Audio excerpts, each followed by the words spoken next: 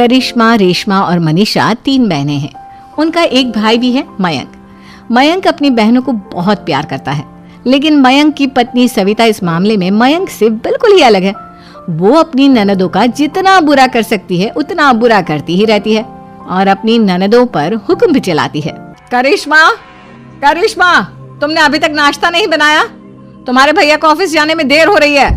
हाँ भाभी, बस अभी बनाती हूँ। करिश्मा, तुम ये ढीलापन छोड़ दो। कल को पराये घर जाना है। वहाँ अगर तुम इस तरह से काम करोगी तो लोग क्या कहेंगे कि माँ ने और भाभी ने कुछ सिखाया नहीं।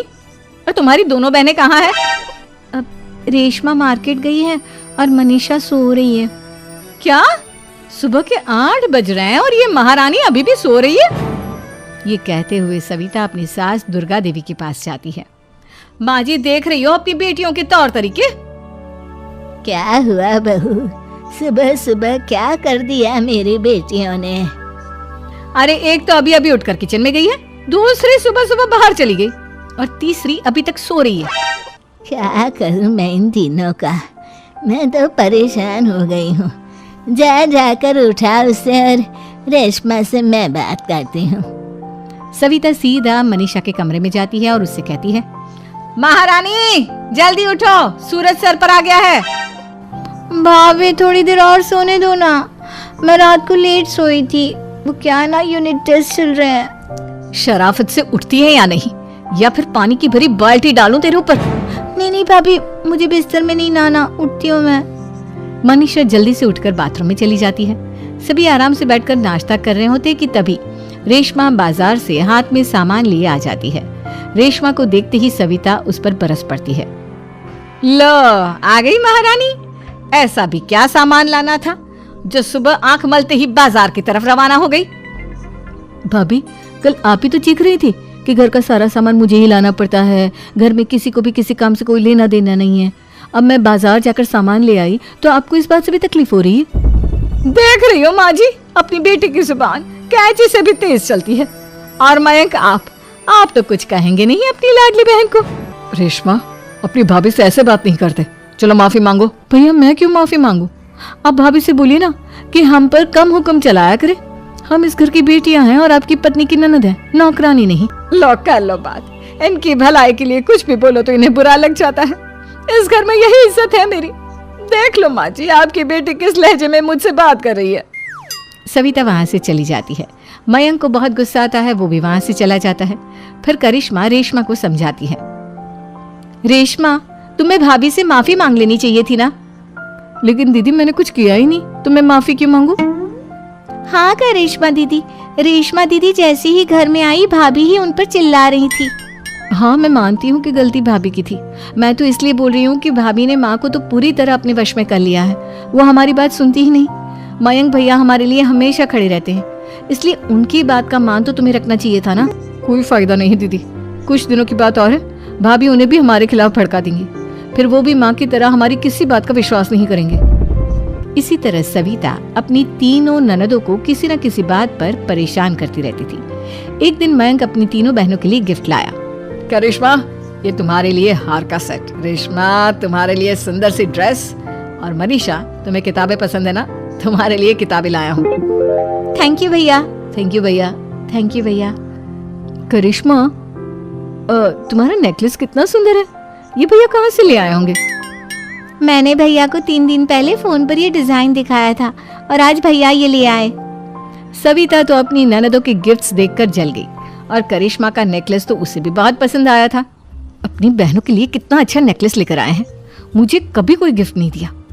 मैं आज ही ये हार चुरा लूंगी। रात में सविता करिश्मा का हार चुरा लेती है और इसी तरह उसे अपनी ननदों की जो भी चीज अच्छी लगती वो उसे मांगती नहीं, बल्कि रात के अंधेरे में चुरा लेती। इसी तरह दिन बीतते गए और सविता ने मयंक के दिल में भी उसकी बहनों के लिए नफरत पैदा कर दी। एक दिन मयंक ने करिश्मा और रेशमा के लिए रिश्ता देखा और ये बात उसने घर में सबको बताई। माँ, करिश्मा और रेशमा के लिए बहुत अच्छा रिश्ता आया है, वो लोग कल इन्हें देखने आ रहे हैं। आप और सविता मिलकर सारी तैयारी कर लेना।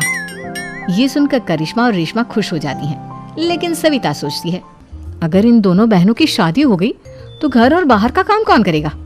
मनीषा तो 1 नंबर की कामचोर है, उससे तो किसी बात की उम्मीद लगाना ही बेकार है। मुझे इस शादी को रोकना होगा।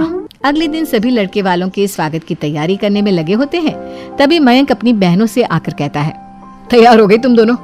देखो दोनों लड़के बहुत अच्छे हैं, मैं कोई कसर नहीं छोड़ना चाहता, इसलिए तुम उनके सामने अच्छे से बिहेव करना और अपनी भाभी से लड़ने मत लग जाना। करिश्मा, तुम वो नेकलेस पहन लो ना जो मैं तुम्हारे लिए लाया था। भैया मैं बहुत देर से वो नेकलेस ढूंढ रही हूँ, लेकिन मुझे मिल ही नहीं रहा। क्या तुमने नेकलेस खो दिया? तुम्हें पता भी है वो कितना महंगा था? तुम कोई काम ढंग से नहीं कर सकती। मयंक गुस्से में वहां से चला जाता है। थोड़ी देर बाद लड़के वाले भी आ जाते हैं। वो दोनों बहनों को पसंद कर लेते हैं और रिश्ता पक्का हो जाता है। लेकिन सविता के दिमाग में तो कुछ और ही खिचड़ी पक रही थी। वो पंडित जी के पास करिश्मा की कुंडली लेकर जाती है और उन्हें पैसे देकर करिश्मा की कुंडली बदलवा देती है। जब लड़के वालों के पास करिश्मा की कुंडली जाती है तो वो दुर्गा को फोन करते हैं। बहन जी, हमने करिश्मा की कुंडली अपने पंडित जी को दिखाई थी। आपकी बेटी की कुंडली नहीं बल्कि दोषों का पिटारा है। देखिए, मैं और मेरे पति इन सब बातों में बहुत विश्वास करते हैं, इसलिए हम आपकी बेटी से अपने बेटे की शादी नहीं करा सकते। इस तरह करिश्मा का रिश्ता टूट जाता है और सभी घर वालों को बहुत दुख होता है। अब कविता सोचती है, चलो करिश्मा का तो रिश्ता टूट गया, अब रेशमा का भी रिश्ता तोड़ना है। क्या करूं? अब सविता आवाज बदलकर किसी अननोन नंबर से रेशमा की होने वाले ससुराल में फोन करती है। हेलो, मैं कौन हूँ कौन नहीं ये आपके लिए जानना जरूरी नहीं। बस इतना सुन लो कि रेशमा का 2 साल से किसी के साथ अफेयर चल रहा है। बस रेशमा का रिश्ता तोड़वाने के लिए सविता का इतना कहना काफी था। अब रेशमा का भी रिश्ता टूट गया। मयंक और दुर्गा देवी ने रेशमा को खूब खरी खोटी सुनाई और उससे बार बार उस लड़के के बारे में पूछने लगी। आप दोनों मुझे क्यों परेशान कर रहे हो? अरे कोई लड़का होगा मेरी लाइफ में तो मैं बताऊंगी ना, जब कोई है ही नहीं तो कहाँ से लाऊं मैं कोई लड़का? तो तेरे होने वाले ससुराल वालों को फोन किसने किया था? माँ, मैं नहीं जानती किसने फोन किया था, मैं सच कह रही हूँ। मैं तो पहले ही कह रही थी इसकी लगाम खींच कर रखो, लेकिन मेरी सुनता ही कौन है। आप चुप रहिए भाभी, ये सब आपका ही किया धरा है।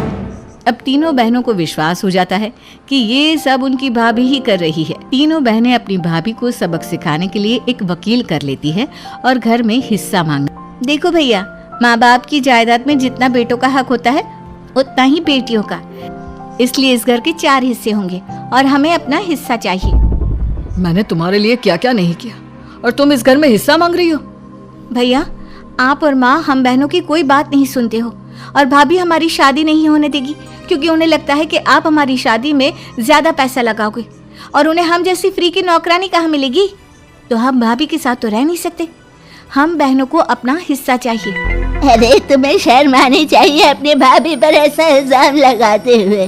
वो तुम्हारे बारे में कितना सोचती है। हाँ माँ, भाभी हमारे बारे में बहुत सोचती है, दिन रात बस यही सोचती रहती है कि किस तरह से अपनी तीनों ननदों को परेशान करूं और कभी मुझे पढ़ने भी नहीं देती। दोनों बहनों का रिश्ता भी तो इन्होंने ही तोड़वाया है और रात में हमारे कमरे में आकर हमारी चीजें भी चुराती हैं। इसी तरह सविता की तीनों ननदें अपनी बात पर अड़ी रही। अब कोर्ट में तारीख भी शुरू हो गई। जब सविता को लगा कि उसकी तीनों ननद इतनी आसानी से नहीं मानने वाली, तो उसने अपने पति और सास को सारी सच्चाई बता दी और अपनी तीनों ननद से माफी मांगी। मयंक और दुर्गा को भी अपनी गलती का एहसास हो गया। अब सविता खुद करिश्मा और रेशमा के लिए अच्छा रिश्ता ढूंढती है और उनकी शादी करवाती है।